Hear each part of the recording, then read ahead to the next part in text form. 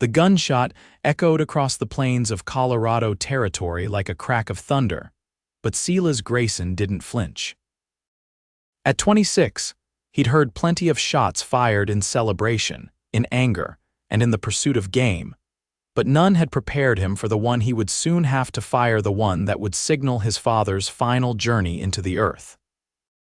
The late afternoon sun cast long shadows over the rolling grasslands surrounding Cannon City as Silas guided his horse back toward the family ranch.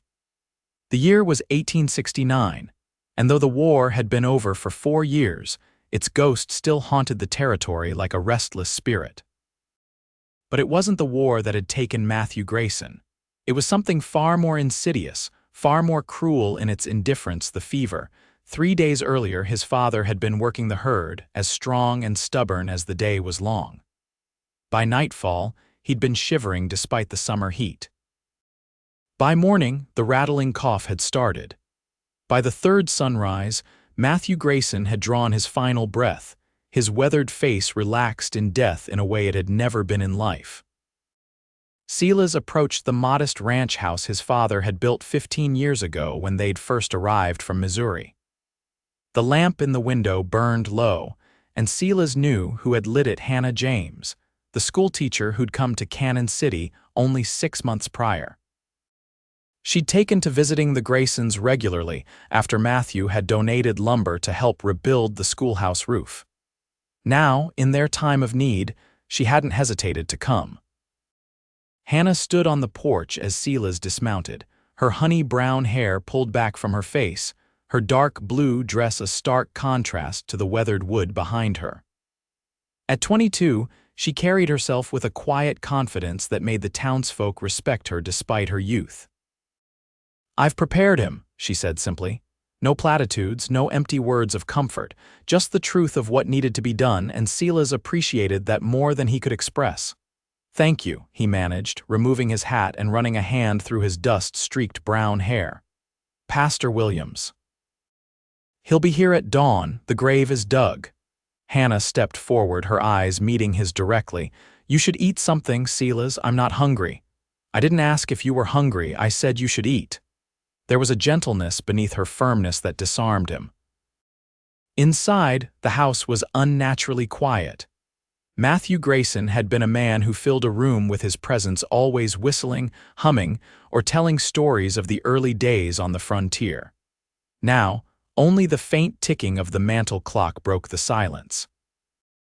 Silas moved toward the back bedroom where they had moved his father when the fever took hold. The door was closed, and for a moment his hand froze on the handle. "I'll come with you," Hannah said, suddenly beside him. "If you want." He nodded once, grateful beyond words. His father lay on the bed, cleaned and dressed in his Sunday clothes. The fever had hollowed his cheeks and burned away the robust vitality that had been his hallmark. But someone Hannah had combed his silver-streaked hair and folded his hands over his chest. He looked at peace. "The Rogerses are bringing food tomorrow," Hannah said softly. "And Mr. Davidson from the Mercantile asked if you needed anything from town." Silas stood motionless, looking down at his father. He had been the only parent Silas had known since he was 10, when his mother had died of pneumonia. Everything he knew about horses, cattle, the land, it all came from this man who now lay still before him. "I need to finish the cattle tally," Silas said absently. "Pa was halfway through when he—" Hannah's hand found his arm. "That can wait, Silas." "No," he shook his head. He wouldn't want it left undone. When he finally turned to face her, there was a resolve in her eyes that matched his own. "Then I'll help you," she said simply. They worked by lamplight at the kitchen table, Silas reciting numbers while Hannah recorded them in Matthew's ledger. Her handwriting was neater than either of the Graysons, the letters flowing across the page in precise, graceful lines. The mundane task provided an anchor in the storm of grief that threatened to pull Silas under. "He spoke of you often," Hannah said after a long silence. "He was very proud." Silas looked up from the cattle tallies. "He liked you, said you had more sense than most men he knew." A small smile touched her lips. "High praise indeed, the highest coming from him." As the night deepened around them, they finished the ledger and moved to other tasks, preparing clothes for the burial, writing notices to distant relatives, organizing the house for those who would come to pay respects. Through it all, Hannah remained, her presence steady and unobtrusive. "You don't have to stay," Silas said finally, as the mantel clock struck midnight. "I know," she replied, and continued folding linens. Dawn arrived with a pale golden light that seemed too cheerful for such a somber day. The pastor arrived as promised, along with the town carpenter who had crafted a simple pine coffin. Neighbors began to gather as the morning progressed. Ranchers, shopkeepers, and farmers who had known Matthew Grayson as a fair man and a good neighbor. When it came time to move the body, Silas felt his knees weaken. 4 men stepped forward to help carry the coffin, but Silas waved them off. "I'll take him to his final rest myself," he said, his voice rough with unshed tears. Hannah watched as Silas and 3 of the strongest ranchers lifted the coffin onto the wagon. She climbed up beside Silas without being asked, sitting close enough that their shoulders touched as he took the reins. The small procession moved slowly through the grasslands toward the family plot where Matthew's wife had been laid to rest 15 years earlier. Birds called overhead, and somewhere in the distance, a coyote yipped. The land continued its rhythms, indifferent to human sorrow. At the gravesite, Pastor Williams spoke of resurrection and eternal life, but Silas heard little of it. His focus was on the weight of the coffin as they lowered it, on the sound of the first shovelful of dirt hitting the wood, on the warmth of Hannah's hand as it slipped into his. When it came time for Silas to fire the traditional 3-shot salute, his hand trembled on his father's Colt revolver. Hannah stood beside him, her presence a silent affirmation of his strength. Bang, bang, bang. The shots echoed across the open land, startling a flock of birds into flight. Then came the silence, the hollow, empty silence that follows the burial of a loved one. One by one, the mourners approached Silas, offering handshakes, embraces, and murmured condolences. Hannah remained at his side, releasing his hand only when necessary, then finding it again as soon as she could. As the crowd dispersed, Silas stayed rooted to the spot, staring at the fresh mound of earth. Hannah stood with him, her skirts fluttering in the breeze, her hand steady in his. "I don't know how to do this without him," Silas confessed, the words barely audible. "You don't have to know right now," Hannah answered. "Right now, you just have to breathe." They stood there until the sun began its descent, casting long shadows across the graves. When Silas finally turned to leave, Hannah didn't let go of his hand, and he found he didn't want her to. The days that followed passed in a haze of grief and responsibility. There was a ranch to run, cattle to tend, and 100 daily decisions that had once fallen to his father. Hannah returned to her teaching duties, but came by each evening with food and company. A week after the burial, Silas sat on the porch steps, watching the sunset paint the sky in shades of orange and purple. The sound of approaching hoofbeats made him look up to see Hannah riding toward the house on her bay mare. "I thought you might like some company," she said, dismounting gracefully. "I'm not much company these days," he warned. "I didn't ask for entertainment, Silas, just thought you might want someone to sit with." They sat in companionable silence as darkness fell. The first stars appeared, pinpricks of light in the vast Colorado sky. "Pa used to say that stars were holes in the floor of heaven," Silas said softly, "that the light we see is just what's spilling through from the other side." Hannah looked up at the emerging constellations. "I like that thought." So did he. Ma died in winter, and he told me that the reason there are more stars visible in winter is because she was making new holes, trying to send me more light. Hannah's hand found his again, a gesture that was becoming familiar. "Your father was a poet at heart. He'd laugh to hear you say it, called himself just a simple cowman." "Most poets don't recognize themselves as such," she replied with a small smile. As the weeks passed, Hannah's presence became a constant in Silas's life. She helped him sort through his father's belongings, listened as he told stories of his childhood, and brought books from the school library that she thought might interest him. The first time Silas laughed after his father's death, it surprised them both. They had been mending fence on the north pasture. Hannah had insisted on helping despite Silas's protests, and she had made a wry comment about one of the town gossips. The laugh burst from him unexpectedly, and he'd immediately felt guilty, as if joy were a betrayal of his grief. "He'd want you to laugh, you know," Hannah said, reading his thoughts with uncanny accuracy. "I know," Silas admitted. "It's just hard to remember that sometimes." Autumn came to Colorado, bringing cool nights and golden aspen leaves. Silas found himself looking forward to Hannah's visits more and more, planning his day around the moment when she would arrive. Sometimes he rode into town just to see her at the schoolhouse, watching from a distance as she shepherded children in and out of the simple wooden building. On one such occasion, as school let out for the day, one of the older boys knocked a younger child to the ground. Before Silas could intervene, Hannah was there, her voice carrying across the schoolyard with an authority that made the bully step back.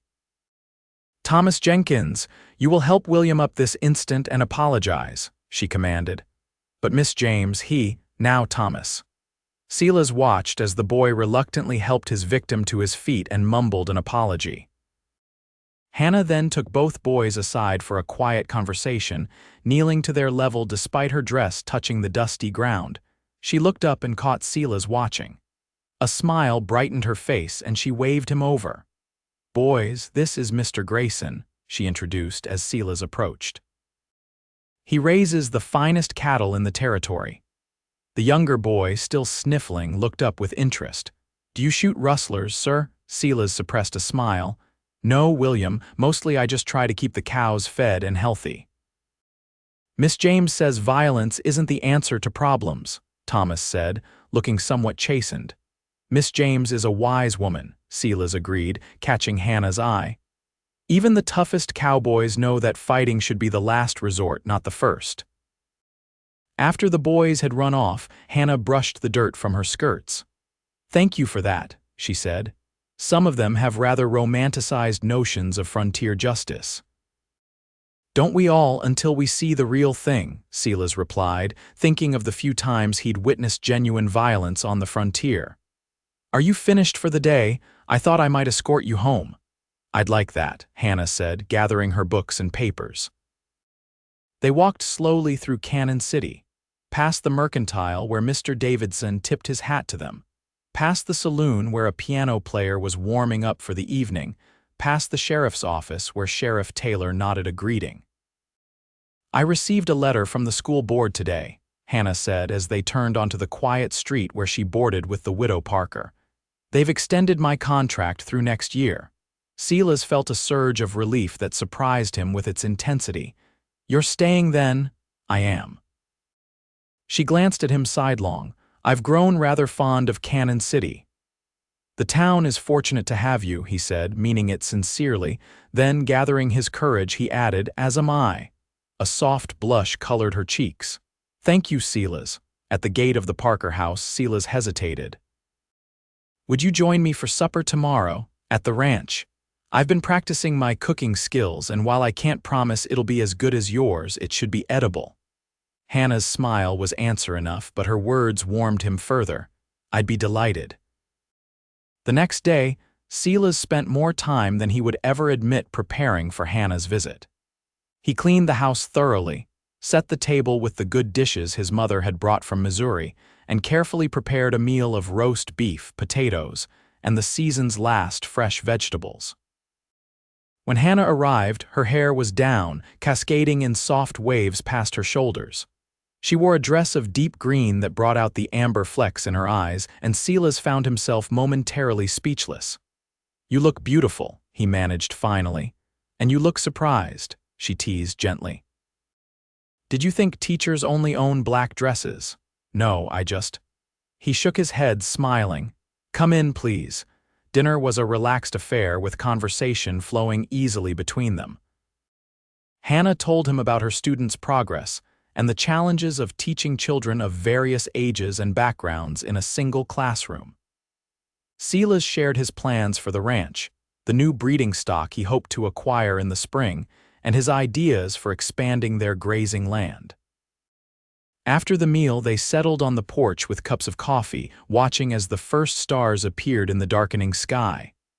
"I want to thank you," Silas said after a comfortable silence, "for everything you did when Pa died, for staying beside me at the burial, for not letting go." Hannah set her cup down and turned to face him. "You don't need to thank me for that, Silas. I do, though. I don't think I could have faced it alone. No one should have to face grief alone." Her voice was soft in the gathering darkness. "Besides, I care for you very much." Silas's heart quickened. "Hannah, the sound of approaching riders interrupted him. 3 horsemen were coming fast toward the ranch house, their silhouettes dark against the night sky. Silas stood, instinctively moving in front of Hannah. "Stay here," he said, reaching for the rifle that always stood by the door. "Grayson," a voice called out. "We need to talk." Silas recognized the voice of Jeb Turner, a neighboring rancher known for his volatile temper and questionable business practices. "What do you want, Turner?" He called back, his rifle at the ready but pointed toward the ground. Turner and his 2 companions pulled up short of the house. "Got a problem with your cattle, Grayson. They've been grazing on my land again." "That's not possible," Silas replied evenly. "My herd is fenced in the south pasture, nowhere near your property line." "Calling me a liar," Turner's voice took on a dangerous edge. "I'm saying there must be a mistake." Silas kept his tone neutral, aware of Hannah standing in the doorway behind him. "If there's been a breach in the fence, I'll fix it first thing tomorrow." Turner spat on the ground. "Your pa knew how to keep his stock where they belonged. Seems like the son doesn't have the same skill."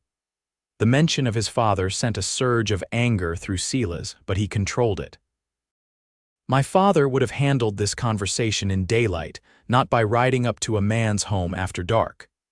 One of Turner's companions, a rough-looking man Silas didn't recognize, reached for his sidearm, but Turner raised a hand to stop him. "We'll be watching that fence line, Grayson. And if I find any more of your cattle on my land, I might just decide to keep them as payment for the grass they've eaten." With that, Turner wheeled his horse around and rode off, his men following close behind. Silas watched until they disappeared into the darkness, then turned back to Hannah, who had stepped onto the porch. "Are you all right?" she asked, her face concerned. "I'm fine," he assured her, setting the rifle back in its place. "Turner's all bluster.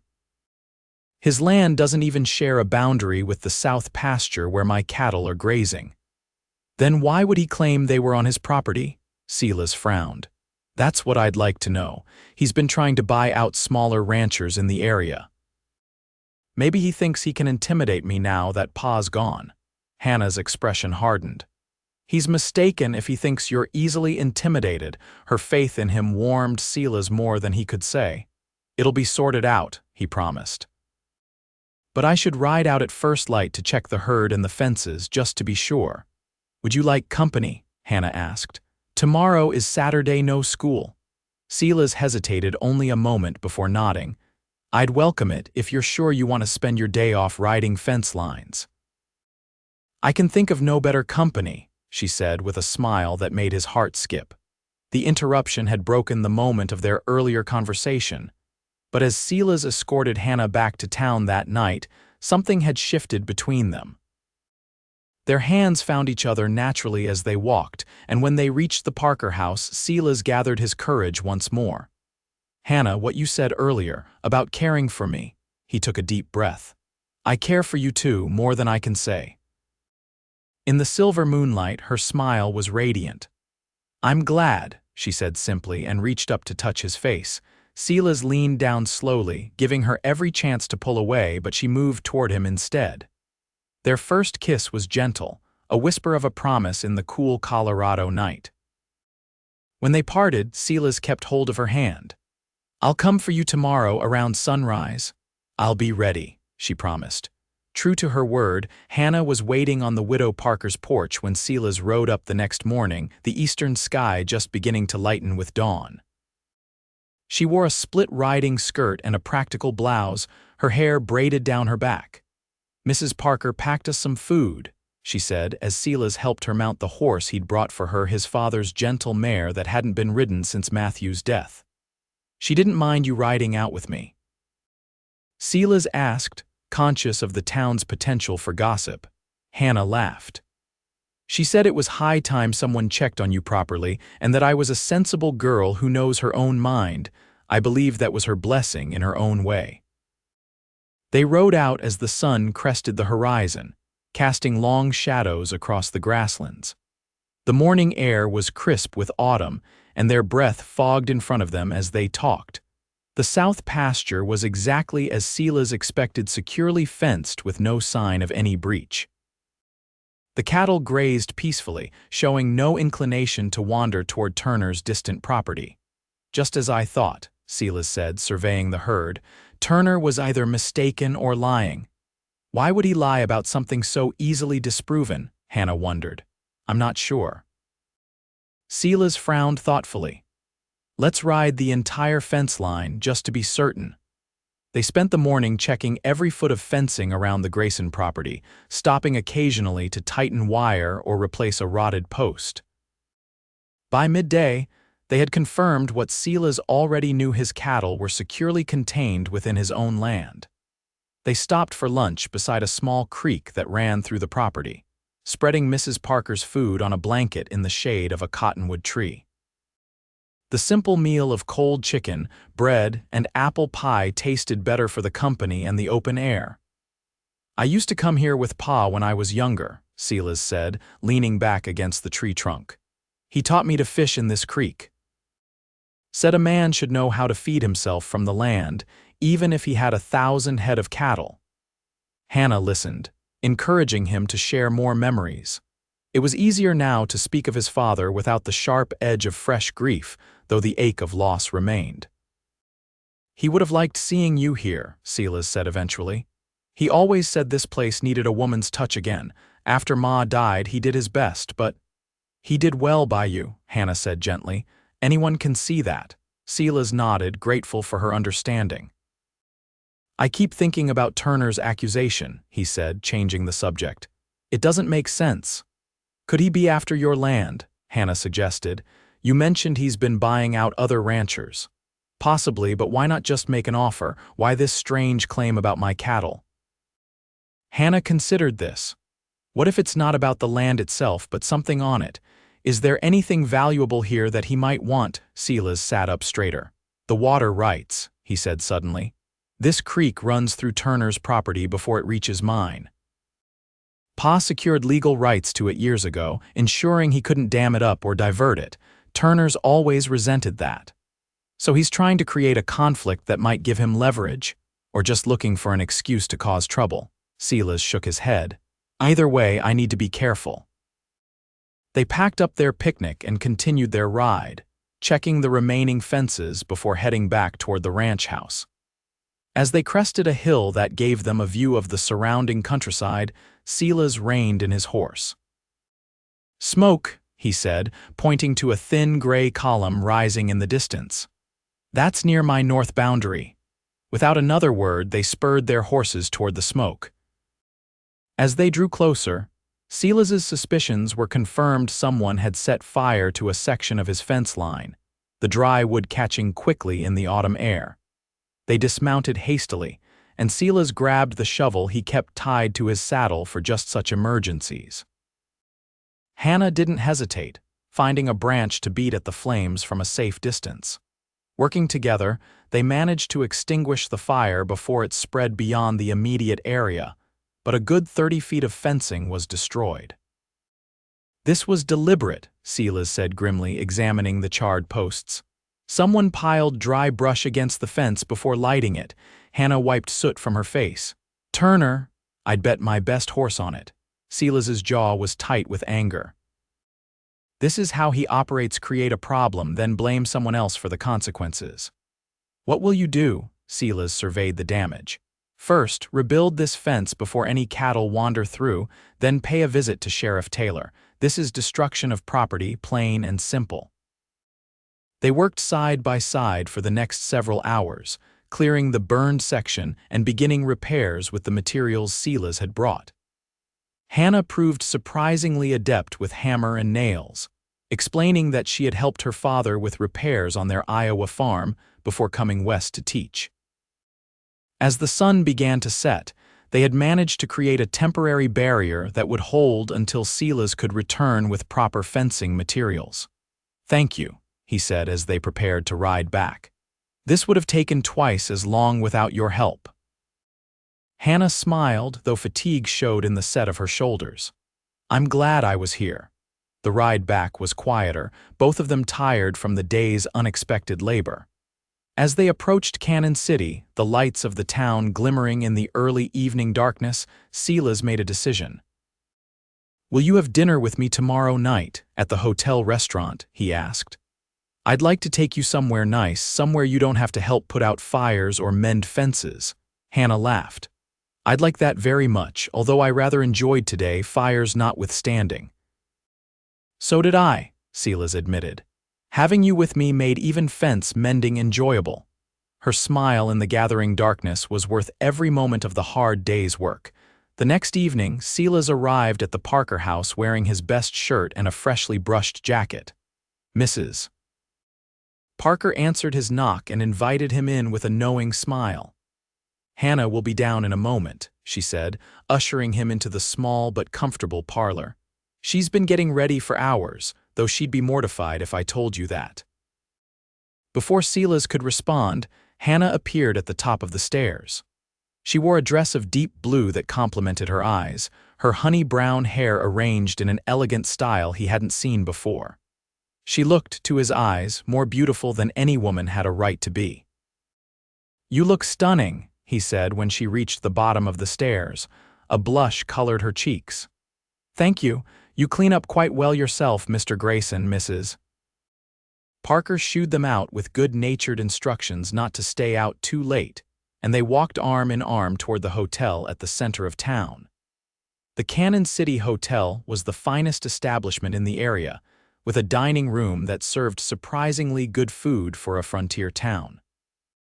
Heads turned as they entered, both because they made a handsome couple and because the citizens of Cannon City were naturally curious about any potential romance. Over a meal of roast beef and fresh vegetables, they talked of everything and nothing books Hannah had read, Silas's plans for expanding the herd, memories of their childhoods in different parts of the country. It was easy, comfortable, as if they had known each other for years rather than months. "I visited Sheriff Taylor this morning," Silas said as they shared a slice of apple pie for dessert. "He's going to have a word with Turner about the fence." "Do you think it will help?" Silas shrugged. "It puts him on notice that I'm not going to be intimidated." But men like Turner usually only understand one thing's strength. He'll back down if he sees I won't be pushed around. "Just be careful," Hannah cautioned. "Men like that can be dangerous when cornered." "I'm always careful," Silas promised, reaching across the table to take her hand. "I have too much to live for now." The simple statement hung between them, full of meaning and promise. Hannah's fingers tightened around his and her smile held all the warmth of a summer day. After dinner, they walked slowly through town, reluctant to end the evening. The main street was quiet, most businesses closed for the night except the saloon, from which piano music and laughter spilled into the street. "I never thanked you properly," Hannah said as they paused near the town square, "for donating the lumber to fix the school roof. If you hadn't, I might never have met your father or you." "I think we would have met eventually," Silas said, drawing her closer. "Some things are meant to be." "Is that what you think this is?" she asked, her voice soft in the darkness. "Something meant to be." "I think," Silas said carefully, "that when I lost my father, I thought I'd lost everything that mattered. But then you stood beside me at his burial and didn't let go, and I realized that even in the darkest moments, new light can find its way in." Hannah's eyes shimmered with unshed tears. "Silas?" He leaned down and kissed her then, more deeply than the night before, a kiss that spoke of futures entwined and promises kept. When they finally parted, both breathless, the world around them seemed to have faded away, leaving only the two of them under the vast Colorado sky.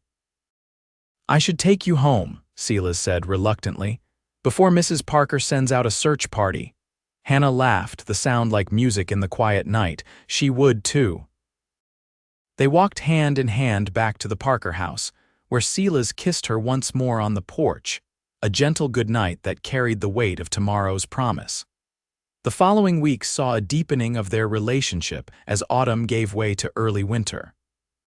Silas rode into town whenever he could, sometimes just to walk Hannah home from school, other times to take her for dinner or to attend church together on Sundays. Hannah, for her part, continued to visit the ranch on weekends, helping with household tasks and learning the rhythms of ranch life. She had a natural way with the animals, particularly the horses, and Silas found himself imagining a future where she was a permanent part of the Grayson ranch. The issue with Turner seemed to have been resolved after Sheriff Taylor's intervention. There were no more mysterious fires or false accusations, though Silas remained vigilant, checking his fences regularly and keeping a close eye on his herd. As the first snow fell on Cannon City, Silas made another decision.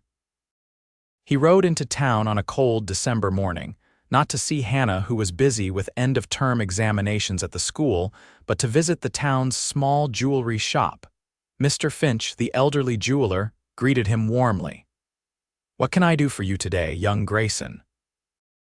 "I'm looking for a ring," Silas said, removing his hat. "An engagement ring." Finch's face broke into a broad smile. "For the lovely Miss James, I presume. The whole town's been watching that romance bloom." Silas couldn't help but smile in return. "Is it that obvious?" "Only to anyone with eyes," Finch chuckled. "Now, let's see what might suit a lady of Miss James's quality." After careful consideration, Silas selected a simple but elegant ring with a small diamond flanked by two sapphires that reminded him of Hannah's eyes. It cost more than he had initially planned to spend, but as Finch pointed out, a man only proposed once if he was lucky. With the ring safely tucked in his vest pocket, Silas rode back to the ranch, his mind filled with plans for the perfect proposal. Christmas was approaching, and he thought perhaps that would be the ideal time to ask Hannah to be his wife. His thoughts were interrupted as he approached the ranch and saw fresh tracks in the newly fallen snow, multiple horses, heading toward his house. Cautiously, Silas followed the tracks, his hand resting on the revolver at his hip. What he found at the ranch house made his blood run cold. Jeb Turner and 4 of his men were in the process of loading Silas's furniture and belongings onto a wagon. "What the hell do you think you're doing?" Silas demanded, dismounting in one fluid motion. Turner turned, a smug smile on his weathered face. "Ah, Grayson, just in time to see the new owner taking possession." "New owner? What are you talking about?" Turner pulled a folded document from his coat. "Your father borrowed money against this property last spring. Loans come due, and since he's dead and you haven't made payment, the bank's foreclosed. I bought the note this morning." Silas felt as if he'd been kicked in the chest. "That's impossible. Pa never mentioned any loan."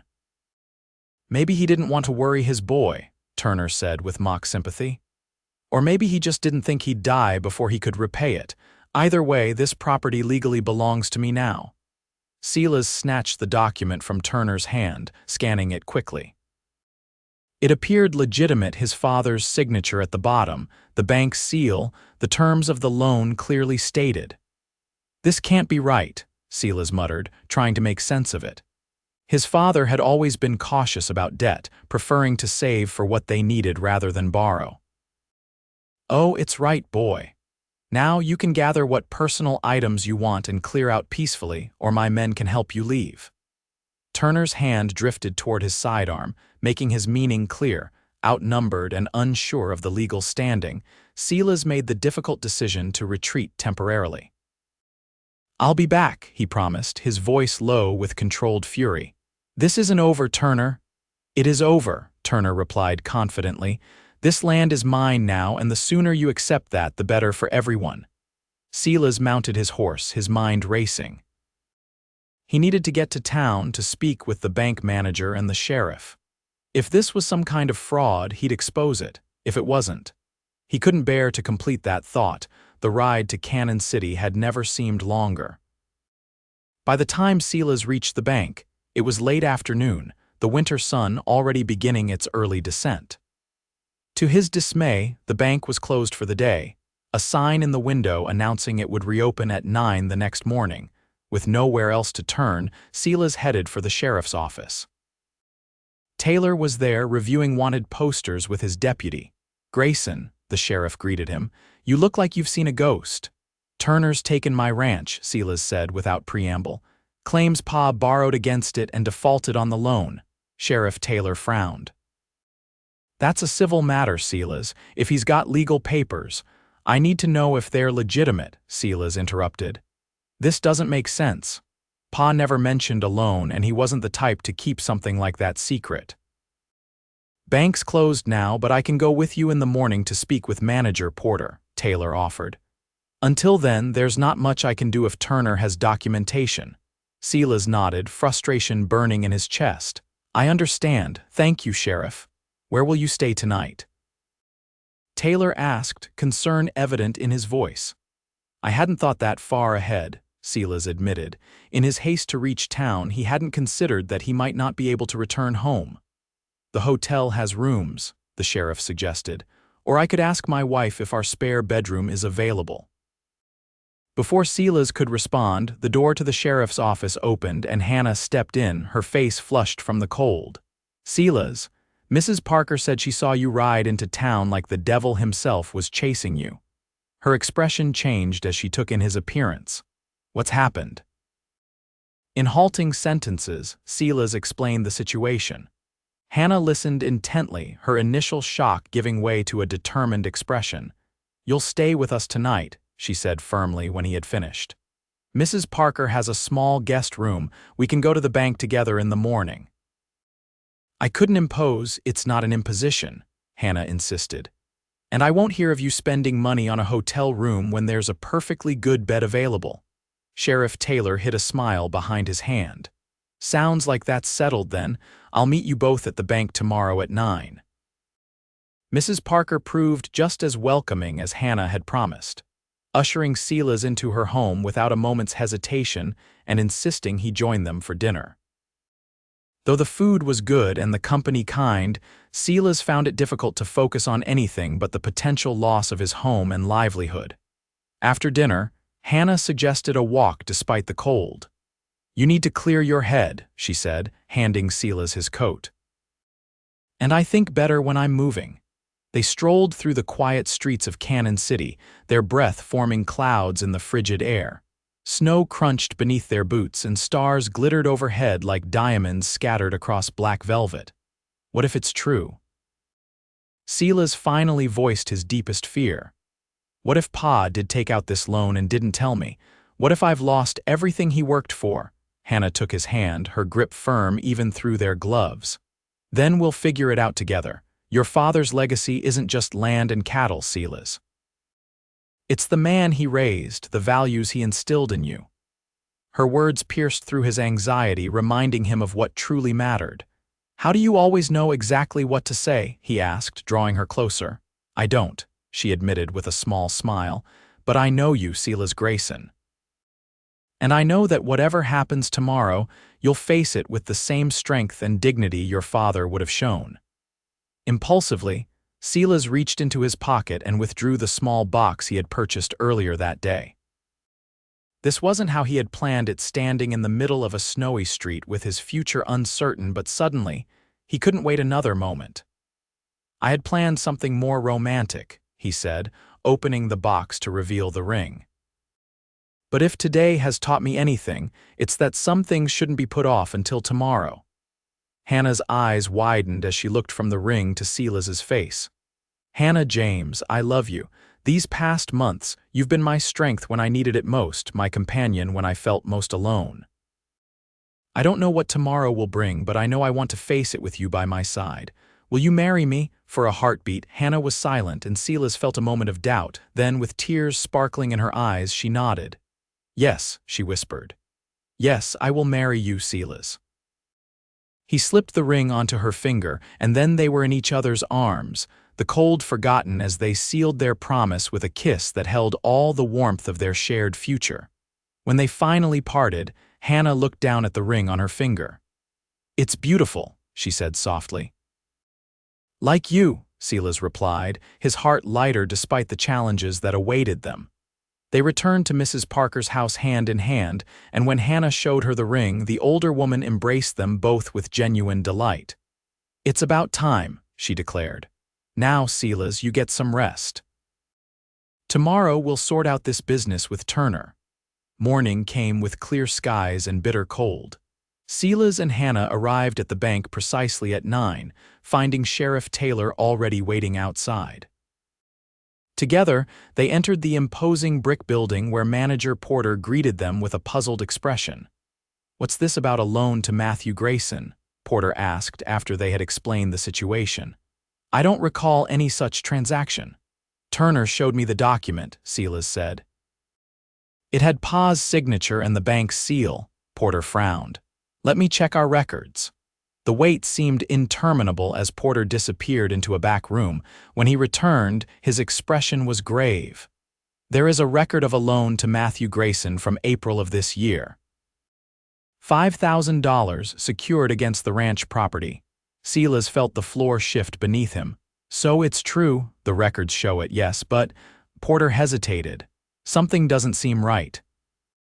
I don't remember processing this loan personally, and for an amount this significant, I would have handled it directly." "Who did process it?" Sheriff Taylor asked. "According to the ledger, it was Jenkins, one of our clerks, but he left Cannon City suddenly about a month ago. Said his mother was ill back east." Hannah, who had been quiet until now, spoke up. "Mr. Porter, is there any record of what the money was used for? $5,000 is a substantial sum." Porter shook his head. "The record just shows the money was withdrawn in cash the same day the loan was approved." "Cash?" Silas frowned. "Pa never dealt in that much cash. He always said it was asking for trouble." Sheriff Taylor's eyes narrowed. "Porter, I'd like to see the loan document and the withdrawal slip. And I want to know who witnessed Matthew Grayson's signature." As Porter retrieved the documents, a sinking feeling settled in Silas's stomach. Something was very wrong here, but even if they discovered fraud, would it be enough to save the ranch if Turner now held legal claim to it? The documents, when produced, only deepened the mystery. The signature on the loan agreement looked like Matthew Grayson's, but Silas, studying it closely, noticed subtle differences from his father's usual handwriting. "This isn't right," he said, pointing to the way the M was formed. "Pa always made his M with a distinctive loop here, and he never dotted his I like this." Sheriff Taylor examined the document. "Could be a forgery, but it's a damn good one. The withdrawal slip is signed by Jenkins and countersigned by— well, I'll be damned. Jeb Turner?" "Turner." Silas and Hannah said in unison. "As witness to the transaction," Taylor confirmed. "According to this, Turner was present when Matthew Grayson withdrew $5,000 in cash." Silas slammed his hand on the desk. "That's a lie. Pa couldn't stand Turner. He would never have had him present for any financial transaction." Porter looked increasingly uncomfortable. "If this is fraud, it's extremely serious, but proving it will be difficult, especially with Jenkins gone." "We need to find Jenkins," Hannah said firmly. "And in the meantime, surely there must be some legal remedy to prevent Turner from taking possession of the ranch until this is resolved." Sheriff Taylor nodded slowly. "We can file an injunction with Judge Wilson. He's fair-minded and won't allow property to change hands if there's credible evidence of fraud." "How quickly can we see the judge?" Silas asked, hope beginning to flicker in his chest. "He holds court today," Taylor said. "If we go now, we might catch him before the noon recess." The town courthouse was a modest building adjacent to the sheriff's office. Judge Wilson, a stern man in his 60s with a reputation for no-nonsense justice, listened attentively as they presented their case. "This is troubling," he said when they had finished. "Forgery and bank fraud are serious crimes," "Sheriff, I want you to telegraph the authorities in the east. Find this Jenkins character and bring him back for questioning." "Yes, Your Honor," Taylor agreed. "As for the ranch," the judge continued, turning to Silas, "I'm granting a temporary injunction preventing Mr. Turner from taking possession or removing any property until this matter is fully investigated. Mr. Grayson, you may return to your home, but I caution you to avoid any confrontation with Turner. Let the law handle this." Relief washed over Silas. It wasn't a permanent solution, but it bought them time. "Thank you, Your Honor." As they left the courthouse, Hannah squeezed Silas's hand. "This is just the beginning," she said quietly. "Turner won't give up easily." "Neither will I," Silas promised. "This land has been in my family for 15 years. I won't let it go without a fight." Sheriff Taylor accompanied them back to the Grayson Ranch, the official injunction in hand. They found Turner and his men still there, continuing to load furniture onto wagons despite the freezing temperatures. "That's enough, Turner," Taylor called as they rode up. "By order of Judge Wilson, you are to cease and desist all attempts to take possession of this property until further notice." Turner's face darkened with anger. "This is my land now, Sheriff. I bought the note fair and square." "That remains to be seen," Taylor replied, handing over the injunction. "In the meantime, you and your men need to leave everything as you found it and clear out." For a moment, it seemed Turner might refuse. His hand hovered near his gun and his men exchanged uncertain glances. Then, with a cold smile that didn't reach his eyes, he folded the paper and tucked it into his coat. "This is just a delay, Grayson," he said, his voice like ice. "The law's on my side in the end." "We'll see about that," Silas replied evenly. After Turner and his men had departed, taking nothing with them, Silas, Hannah, and Sheriff Taylor surveyed the damage. Furniture had been moved, drawers emptied, and personal belongings scattered, but nothing appeared to be missing or destroyed. "It'll take some time to put everything back," Hannah said, already beginning to gather books from the floor. "But we can have it set right by evening." Sheriff Taylor helped them move the heavier furniture before departing. "I'll send telegrams about Jenkins right away," he promised. "And I'll have a deputy ride by regularly to make sure Turner's respecting the injunction." After he left, Silas and Hannah worked side by side to restore order to the house. As they did, Silas found himself watching Hannah, the careful way she handled his mother's china, her thoughtful arrangement of books on the shelves, her quiet determination as she swept and dusted. "What?" she asked, catching his gaze. "I was just thinking how right you look here," he admitted. "As if you belong," her smile was radiant. "I was thinking the same thing." By nightfall, the house was back in order and they sat before the fireplace, cups of coffee warming their hands. The events of the day had been exhausting, but sitting there with Hannah, Silas felt a peace he hadn't expected to find. "What do we do now?" Hannah asked softly. "We wait for Sheriff Taylor to find Jenkins," Silas replied, "and we prepare for whatever comes next." Hannah nodded, her engagement ring catching the firelight. "Together. Together," Silas agreed, drawing her close. Whatever challenges lay ahead, they would face them as one. The investigation into the fraudulent loan progressed slowly over the following weeks. Sheriff Taylor's telegrams revealed that Jenkins had indeed traveled east, but not to care for an ailing mother. Instead, he had been seen in Denver, St. Louis, and finally Chicago, where authorities were now searching for him. Meanwhile, Turner made no further attempts to seize the ranch, but his presence loomed like a storm cloud on the horizon. Silas often spotted Turner's men watching the property from a distance, and on more than one occasion, cattle broke through sections of fence that had mysteriously weakened overnight.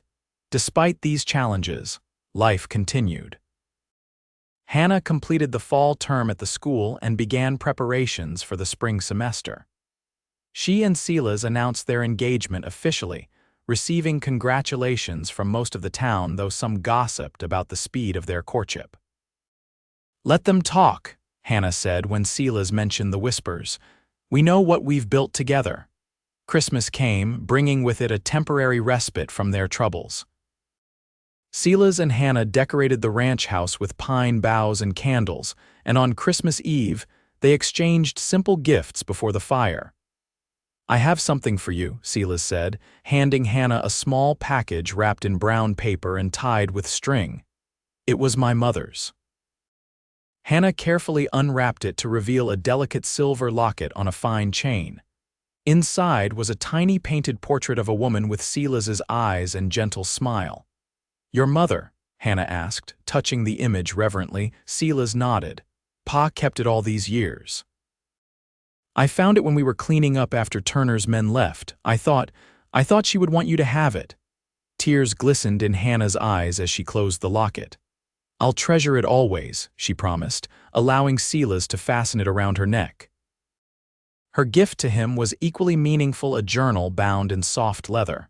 "For your thoughts," she explained, "and for the future of the ranch. Your father kept meticulous records, and now you can continue that tradition." The new year of 1870 arrived with renewed hope. In mid-January, Sheriff Taylor received word that Jenkins had been apprehended in Chicago and was being escorted back to Colorado Territory to face questioning. "This could be the break we need," Taylor told Silas and Hannah when they met at his office. "If Jenkins confesses to the fraud, the loan will be invalidated and Turner will have no claim to your property." "And if he doesn't confess?" Silas asked, voicing the fear that had been haunting him. The sheriff's expression was grim. "Then we'll need to find other evidence." "But one step at a time, Silas. Let's see what Jenkins has to say." Jenkins arrived in Cannon City on a cold February morning, escorted by a U.S. Marshal who delivered him directly to Sheriff Taylor's custody. Silas and Hannah waited anxiously at the ranch, having been told they would be summoned when Jenkins was ready to talk. The summons came late that afternoon, a breathless deputy arriving on horseback with news that Jenkins had agreed to make a statement in exchange for leniency. They rode into town immediately, finding Sheriff Taylor, Judge Wilson, and Bank Manager Porter already assembled in the sheriff's office. Jenkins, a thin, nervous man with thinning hair, sat in a chair by the desk, his hands fidgeting constantly. "Mr. Grayson," Judge Wilson began formally. "Mr. Jenkins has provided us with some disturbing information regarding the loan allegedly taken out by your late father."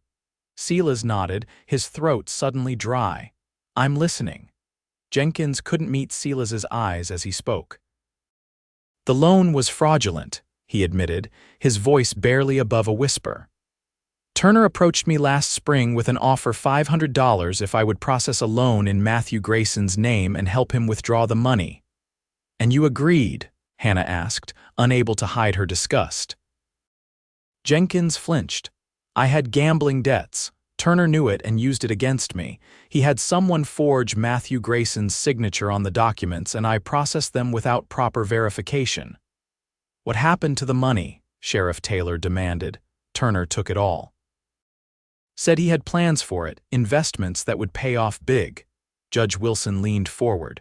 "Mr. Jenkins, are you willing to testify to this in a court of law?" Jenkins nodded miserably.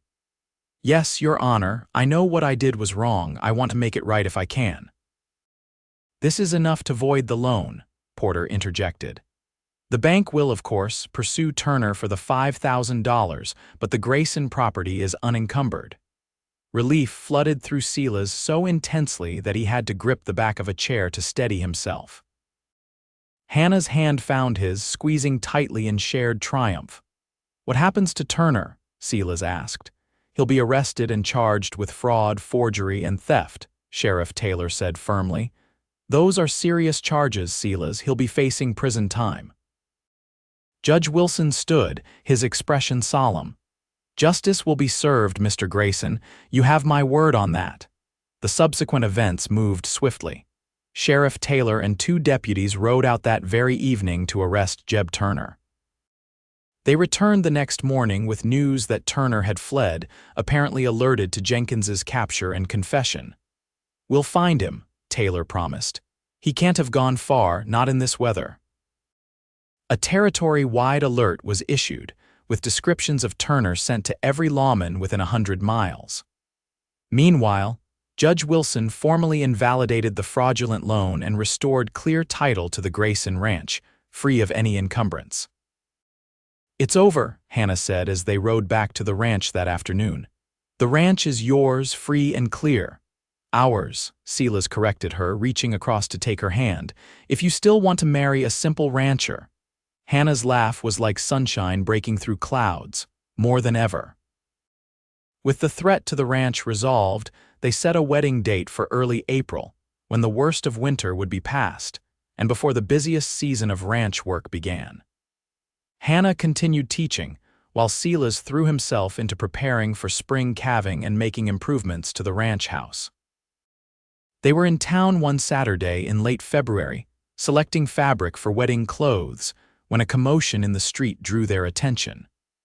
Sheriff Taylor was riding in at a gallop, another horse in tow with a body slumped over its saddle. "Turner," someone in the gathering crowd said, and indeed it was. Jeb Turner, once the most feared rancher in the county, was now a lifeless corpse being delivered to the undertaker. "Found him about 10 miles north," Taylor explained when Silas and Hannah approached. "Looks like he tried to cross the river where the ice was thin. Horse made it to shore, but Turner didn't. Current carried him under the ice." Silas felt no joy at the news, only a somber recognition of justice served by nature rather than man. "Thank you for bringing him in, Sheriff." "It's finished now," Taylor said, clapping Silas on the shoulder. "You can get on with your life without looking over your shoulder." And so they did.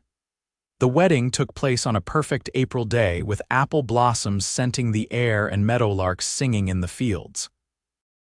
The entire town turned out to witness Hannah James become Hannah Grayson in a ceremony performed by Pastor Williams in the same church where they had mourned Matthew Grayson less than a year before. "Your father would be proud," Mrs. Parker told Silas at the reception afterward. "Of both of you." Silas glanced across the room at Hannah, radiant in her wedding dress as she laughed with some of her students. "I think he would," he agreed. "He always said this land needed a woman's touch again. And a good deal more than that," Mrs. Parker added with a knowing smile. "A home needs children to truly come alive." The thought warmed Silas's heart as he crossed the room to claim his bride for another dance. Their honeymoon was a simple affair, a week-long trip to Denver, where they marveled at the growing city's amenities and purchased furniture for their home.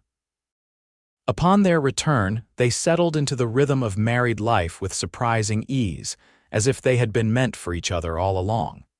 Hannah continued teaching through the spring term, but as summer approached, she made a decision. "I'm not returning to the school in the fall," she told Silas one evening as they sat on the porch, watching the sunset paint the Colorado sky in hues of gold and purple. "Are you sure?" Silas asked, surprised. "I know how much you love teaching." Hannah took his hand and placed it gently on her stomach, a smile blooming across her face.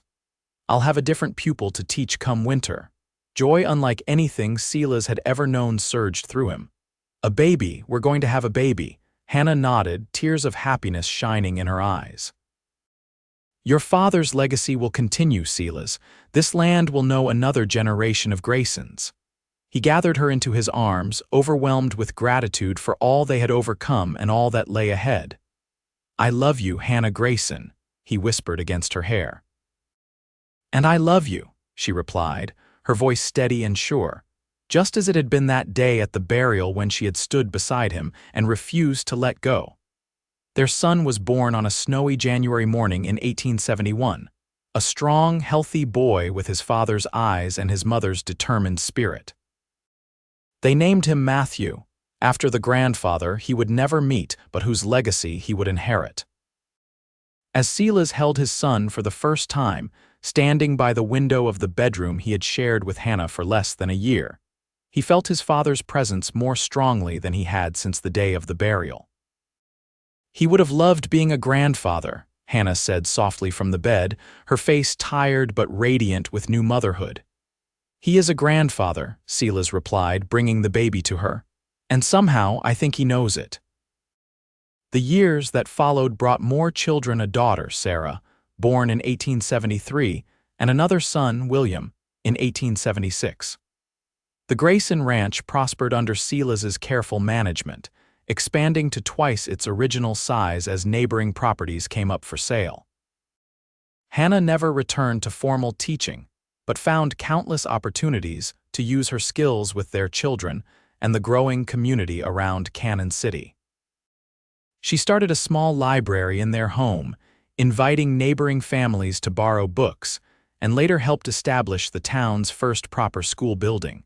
Through it all, they remained each other's strength and solace, their bond forged in the crucible of grief and tested by adversity. On quiet evenings, when the children were asleep and the day's work was done, they would often sit on the porch as they had in those early days, watching the stars appear in the vast Colorado sky. You ever think about that day? Hannah asked once on the 10th anniversary of Matthew Grayson's death. The burial, Silas nodded, his hand finding hers as it always did. I remember feeling like the world had ended, and then you were there, holding my hand, refusing to let go. I didn't know then, Hannah admitted, that I was holding my own future as well as yours. Silas smiled, looking out over the land that had been his father's and was now his to pass on to their children. Maybe some part of you did know, maybe that's why you stayed. Maybe, Hannah agreed, resting her head on his shoulder as the first star appeared overhead. Or maybe I just knew a good man when I saw one, even in his darkest hour. Silas pressed a kiss to her forehead, grateful beyond words for the woman who had stood beside him when he lost his father to the fever, and who had never, in all the years since, let go of his hand or his heart. And on the porch of the ranch house Matthew Grayson had built, under the vast Colorado sky he had loved, their story continued a testament to love found in grief's shadow and nurtured through life's changing seasons.